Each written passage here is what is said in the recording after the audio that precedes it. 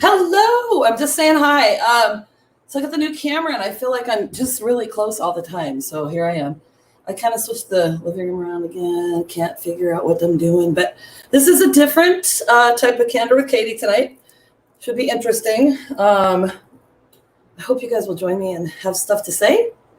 But I'm just going to talk. I'm going to do my intro and then I'll come back and talk. Okay.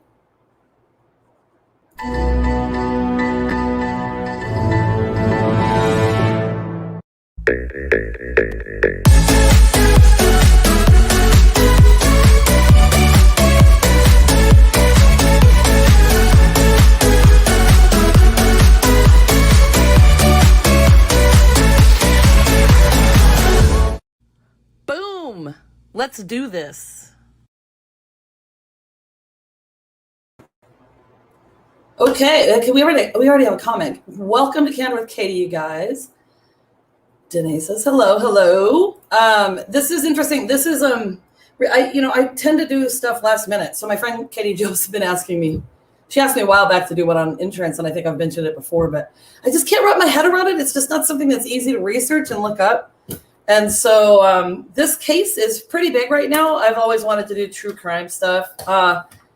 It's not like any of the other people that do it on social media or YouTube or anything, because they do the videos and then they like put it together. But if you guys don't know the story, it's the story of a woman named Gabby Petito and her boyfriend, I think fiance also, Brian Laundrie, Laundrie. And she's 21. Brian Laundrie's 23 years old. And I have actually already mentioned in the teaser for this that she actually is not alive anymore. They found her body a couple days ago, and the autopsy is still to be done. So my friend Nisia also said, why, there's plenty of missing women and stuff, especially Indigenous women and things that are never in the media. I don't know why they don't get the attention. So maybe that's something worth looking up also. But good evening, everybody. As I said, she is, okay, so here is a picture of Gabby and her boyfriend / fiance. They look very happy, don't they? That's from, obviously, a YouTube shot right there. I've got a whole bunch of, I'm going to change my background so that you guys can see better. I have a whole bunch of references I need to use for this. So Danae says, oh, no, I didn't know they found her body. Yeah, so sad. So today is the day they announced it. I'll go through the timeline here. Here's the timeline. So this is what's different, okay? So in early July, the couple left on a cross-country trip, and they were going on a national parks tour, right? And she wanted to start a vlog called Van Life Journey, and that is right here. And it's on YouTube, and it's still up. And that's what's so crazy is when you go look at this stuff. It's right here. Okay, can you guys see that? So it's just fun little, it's just her and her boyfriend doing things, and then they're in a tent. And look how cute she is. Set up. So, even though they're living in a van or whatnot, now it'd take a lot for me to live in a van. I'm pretty easygoing and stuff, but I don't think I could live in a van. But she and her boyfriend are, 21 and 23 and decided they're going to take on the world. Okay. So that was their vlog, or that was their YouTube channel. They also had a vlog called nomadicstalk.com. So when you look this up, because it's still there, it's weird because, and this looks pretty neat. So I don't know if they did it themselves, or if they paid someone to do it, but there's her, it says Brian and Gabby. So they had big plans and things seem to be going pretty well. Okay. So then they left in early July, and Gabby kept in touch with her family a lot. So like I call my dad every day, that's the thing. And August 12th, they were pulled over by the police for speeding and hitting a curb. Now there's some body cam footage. You can look that up. And so she was a little distressed. And like last time I shared too much video, I don't know how much I can do on YouTube. So I'm just going to show you a couple of seconds. The first one They got pulled over. They were speeding and they ran into a curb. And then the cops had Gabby get out of the car and they were questioning her. And then they had Brian off in the corner. So this is her. She's obviously distressed. And she's answering what the problem is right now. Okay, so let me get that going real quick. I don't know. It's just some days I have really bad OCD, and I was just cleaning and straightening up back the van before, and I was apologizing to him and saying, "I'm sorry that I'm so mean." Okay, so she's obviously distressed, and she's doing things. There's these guys. They're called the behavior panel, and I watch them all the time. I'm gonna find where I have their picture. Shoot, I don't have it. I'm gonna have to share it later because I don't have it. But they do body studying. What's it called? Like, I'm awesome. They study people's body, like their reactions and stuff, and they came up with some things. So right there, Gabby was explaining that she's got OCD. That she was upset that the van was dirty and she was cleaning it up and she was stressing him out. Okay. And then I have to find where this is now. They interview him after. They put her in the cop car and they tell her, don't worry, you're not in trouble. Nothing's going to happen to you. I just got to get it up there. So it's at like 5:11 here. So they went and talked to him and then they talk about, he's got like a scratch on his. Well, I'll play this and then you'll see. Okay. It's worked up sometimes, and I try and really distance myself from her. So, like, I locked the car and I walked away from her. What happened this morning is that she's trying to start up like her own little website blog and everything. So I give her time. And we really had a nice morning, if anything. But Okay, so then what they asked him about, he had some scratches on his hand, and he said, well, she had her phone in her hand. So he was basically saying that she hit him, but not saying it outright. Okay, so Nisi says 911 was called because someone saw him slapping her. Yeah, Nisi, I actually have that in here. I'm going to talk about that. Thank you. Add anything else you know. And Nisi, like I suggested, let's do some research on some other things, maybe even around here, and do a show about that. So the cops decided after this little altercation here, she was in distress. He was a little calm, but he was also nervous. But they were upfront and honest, and they decided that it wasn't a domestic abuse thing, and so they didn't charge them, and so they let them go on their way. And so after that, let me see where I'm at. Let's see. So they were pulled over on August 12th, and then the last communication that the family had with Petito was August 30th, but they didn't believe that message received was from her. And I think I'm going to mention this again. So this is the timeline. The Petito attorney, his name's Richard Stafford. He shares this timeline as the family knows it. Okay, so I've got a couple of different timelines in here.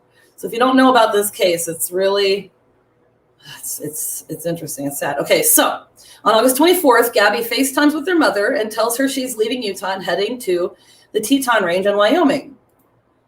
And then it's also the last day that Gabby is seen alive. She and Brian had checked out of a Salt Lake City motel. Okay, I got a comment. So Nisi says, typical victim to not want to repeat abuse. He was seen hitting her, and then victim blames, telling PD she has mental health issues. Yeah, you guys, I'm gonna have a lot of links in here. I don't know if I have to put them in Facebook, but I'm gonna have to put them in YouTube. So if you go to Katie Horgan on YouTube, I have 16 subscribers. I'm just saying, I did get my video banned on knee-jerk reactions because I shared too much from a Saturday Night Live video. But go there and find it. So Nisi is going to pop up and say a couple of things here. But yeah, Nisi, that wasn't until after this had happened. Okay, so it's really interesting. But yes, you're absolutely right. So then, okay, so where am I? So that was the last time I saw her. And then August 25th, Gabby and her mom text a lot. And the family believes that she's still in the Tetons on this date, okay? August 30th, this is that thing I was talking about. The family receives their last text from Petito. That message reads, no service in Yosemite. And the family believes it to be fake. And mostly they believe it to be fake because it doesn't sound like Gabby. Because that'd be like the kind of message that I sent, that my family would be like, no, that's not true. Okay, so here is what happened. So this is what Nisi was talking about, okay? A person had called 911 and reported a couple in a white van they had witnessed the couple running up and down the sidewalk and had witnessed the man slapping her. And then they got in the van and drove away. And then after this, so the last date that she was seen was what, the 24th? The 24th. The 25th, the parents still think she's there. This happens, this 911 calls. And then there's a lot of people chime in now on this kind of thing. But a woman claimed that she and her boyfriend had given Laundrie a ride on August 29th in Wyoming. And Laundrie claimed that he had been camping by himself for multiple days while Petito was at their van working on posts. She was working on social media posts. So that's what he said. And then apparently they stopped and they let him out because he was pissed off that they weren't going where he wanted to go. So outside people don't know this story yet. Their van life thing, everything was just at the beginning stages. So they're not like, some famous YouTuber walking around. So why wouldn't you believe that story? And they've come up after stating this happened, but there's no evidence that it's true. Okay. So then here is the regular timeline after this. Okay. So on 9/1, September 1st, Laundrie returns to the couple's Northport home where his parents also live. So what I want to know is why weren't they like, where's Gabby? What's going on? What's the business? Why are you home alone? So there's some things I want to ask you guys when we are done, okay? To see what your thoughts are on that. So Nisi, if you're still watching, you got to let us know what you think. On 9/11, authorities go to Brian's house, but he won't speak with them. So he has a lawyer, and the cops were given his information, the lawyer's information to contact him. So you come home alone without your girlfriend / fiance. You don't talk about it, and you get a lawyer. To me, that screams effing guilty. I'm just saying, right? So Nisi says, the 911 call, slapping incident, mental health breakdown all happened on August 12th. Okay, so the same day. Interestingly, at a nearby station, August 13th, a couple of women, Kylan Schultz, 24, and Crystal Turner, 38, was found shot to death after reporting seeing a creepy man near their campsite. Yeah, and I didn't get that in here because I ran out of time, but they have determined that was not him, but they thought it was. It could have been a connection. However, I don't know what's going to happen after this, right? Like what they're going to come out with. Okay, so there it is. He gives the cops the information for his attorney. Okay, so Nisi says Schultz worked at a co-op where the slap incident happened. Coincidence? Ooh, Nisi, this is good. This is good info that you're adding here. Jameson, the defense attorney, this will not be open and shut criminal conviction if they find Brian. That's a good point. Awesome. Yeah, it's this is going to be crazy, guys. This is going to be some kind of whirlwind in the courts. Okay, so Brian is right. And Brian, hi. Thanks for joining us here on YouTube. Okay, so then on September 16th, the missing woman's family begs for Laundrie's family to help in the investigation. They're just begging for something. They just want to know, where is she? What's going on? They just want to know where she is. Okay, not getting any answers. And then on September 17th, the Petito, finally declares Gabby missing. So can you imagine how hard this is? What would you feel like if it was your sister or your daughter or your friend, where you know that they're doing a vlog, they're on YouTube doing that also. They're traveling the country. They're posting about how in love they are and everything, okay?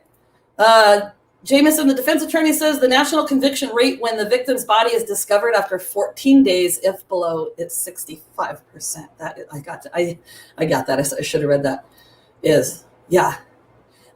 so we already know that they found remains. So I'm going to get to that timeline, and then they verified that they are hers. So that is just terrible. Okay. So then on the first day I think I missed something here. So they declared Gabby missing.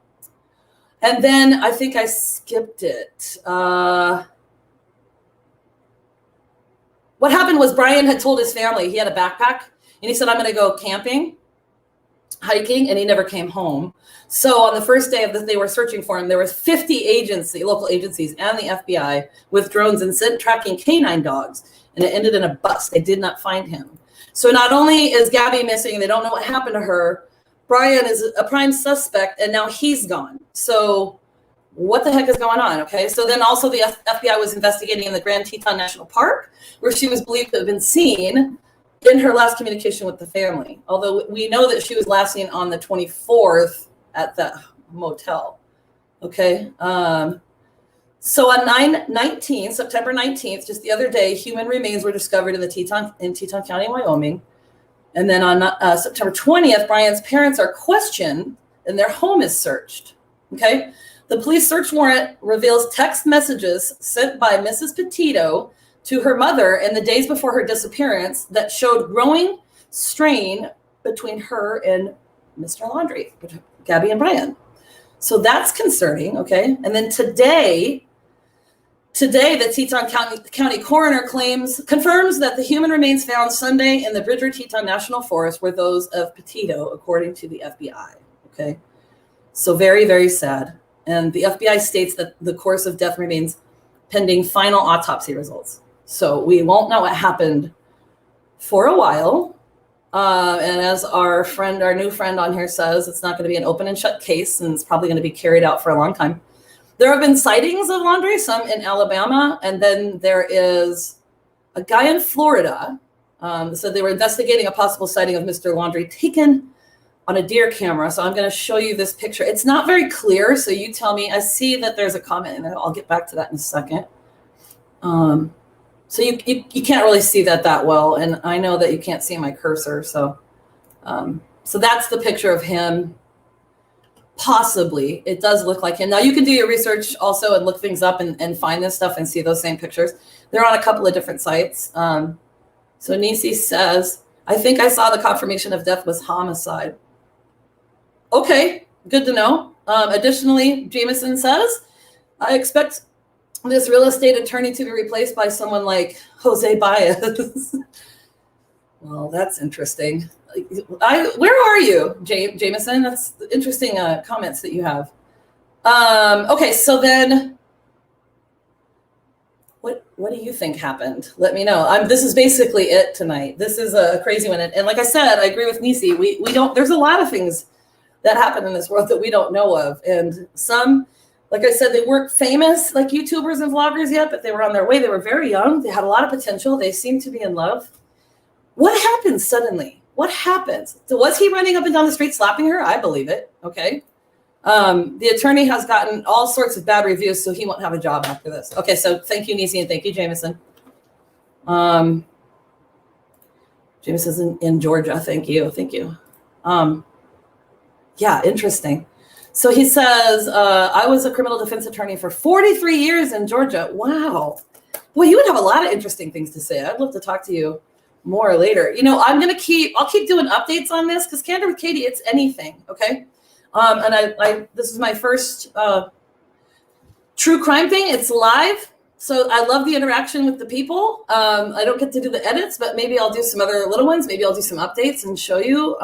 But Jameson, thank you for your comments. And Nisi, thank you for your comments. I would love to hear more. Do you guys think, because there's speculation. So this is what people have said. Now tell me what you think of this. Okay. So why did Brian go home without her? Did they get in a fight? Did she decide that she was going to stay there and he just left her there? What kind of a thing, is that? Danae says, my gut says it was a very abusive relationship. And she had stuff on him. He killed her before she could talk, just my opinion. Well, Jameson, if you're still on here, what do you think of that? That's a good thought too. So did they get in a fight? Did she say, I want to stay, and he left her there? I find that hard to believe. Was there an argument and it went wrong? Did he kill her on accident and then try to cover it up? Was he planning it all along? You guys let me know, because I'm done here for now. I'll see you next week. Next week I have a guest host, Heather Bennett. I have my panel, and we're going to be playing a little game. But now I'm going to do updates. So this is part 1 of the Gabby Petito. Gabby Petito and Brian Laundrie story. Okay, I'll see you guys next week. Peace and love.